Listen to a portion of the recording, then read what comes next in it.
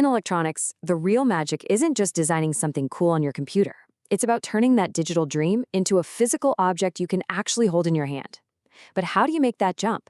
How do you go from pixels on a screen to a real-world circuit? Well, it's one of the most important and honestly most overlooked steps in the whole game. So imagine this. You've spent hours, maybe even days, getting your circuit board design just right. Every component, every trace is perfectly placed. You're done. Or are you? Now what? How do you tell a factory that could be on the other side of the planet, how to build exactly what you've so carefully designed? That's a way bigger challenge than most people realize. See, you've got two completely different worlds here. On one side, you've got the designer's space. It's clean, it's digital, it's all about precision. But on the other side, you've got the manufacturer's reality, which is, a world of chemicals, high-speed drills, and heavy machinery.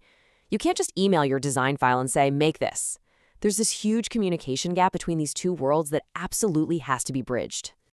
And the thing that bridges that gap, the hero of our story today, is the Gerber file. This is the secret handshake, the universal language that translates your awesome digital design into a set of rock-solid instructions that any PCB manufacturer anywhere on Earth can understand and follow. So what is a Gerber file exactly?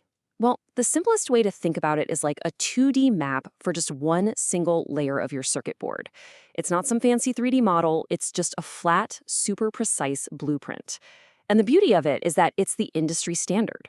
It's the language everyone agreed to speak, so every factory knows how to read it, no confusion. If there is one thing you take away from all this, it's this right here. Gerber files are the instructions for building your circuit board. That's it. They tell the machines exactly where to put the copper, exactly where to drill the holes, and even where to print the little labels on the board. They're the literal blueprint for construction. Now, to really get what's in a set of Gerber files, you first have to understand what a circuit board is made of. Because it's not just one solid thing. It's more like a story told in layers. A modern circuit board is basically a high-tech sandwich. You've got these thin layers of copper that act as the wires, and they're separated by insulating layers so nothing shorts out.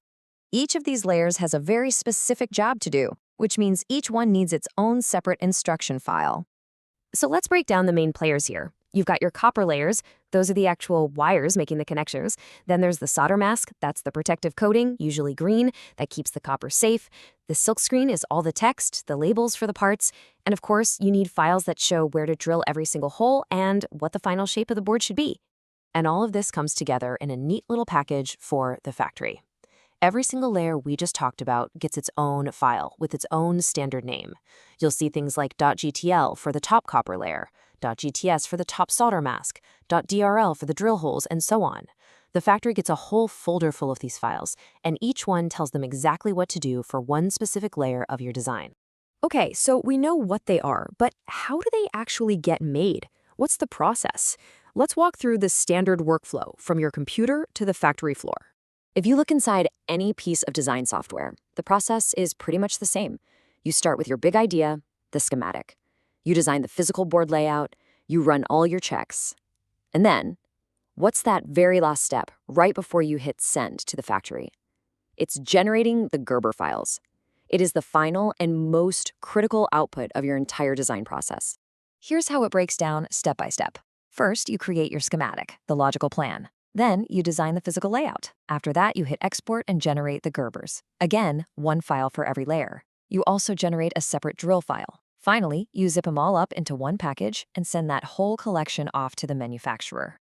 And what happens on their end? Well, the factory takes your files and plugs them directly into their machines. Your top copper file, that guides the chemical etching process for that layer. Your drill file, it tells a high-speed drill press exactly where to punch thousands of holes.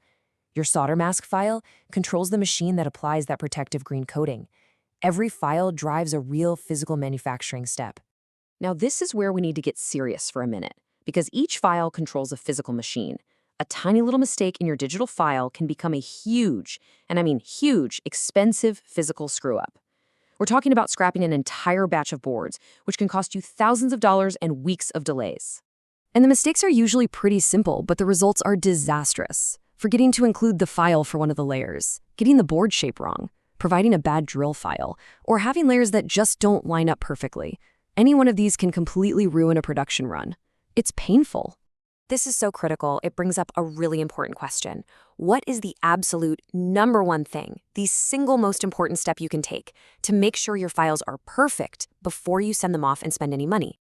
And the answer is surprisingly simple. You always, and I mean always, use a Gerber viewer.